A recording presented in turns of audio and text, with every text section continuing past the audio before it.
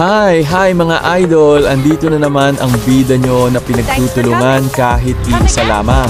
Hindi ko ba alam kung bakit pinagtulungan ako ng apat dito.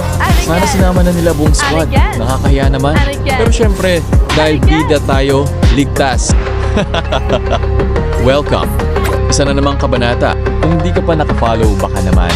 So ito na nga ang nabuo naming lineup. Kung mapapansin nyo, 2 mage kami.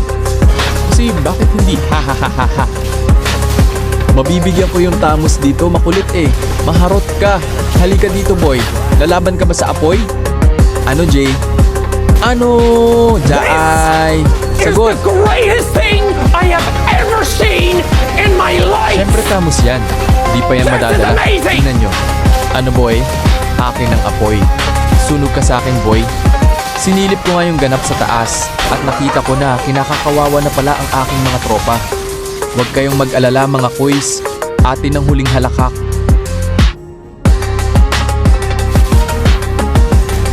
Tamang pa-farm nga lang ako dito at pasilip-silip sa mga tropa kong kanina pa nabubugbog ni Berna. Pero huwag kayong mag-alala. Mamaya ang bugbuga Berna yung mga yan sa atin.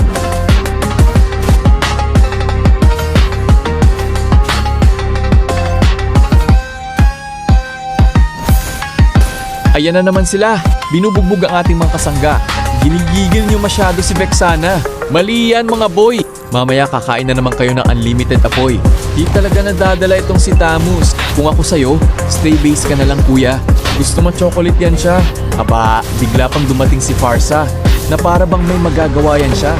Walang hiya. Pati pala tong porcelain na nila andito na. Akala mo naman may magagawa ang mga kolokoy. Partida yan, 1 versus 4. Pero nakaligtas pa sa mga kawatan. This is the greatest thing I have ever seen in my life! This is amazing! O siya, tinatamad na kong mag-voice over kaya panoorin nyo na lang hanggang dulo kung paano namin nilampaso ang mga kalaban.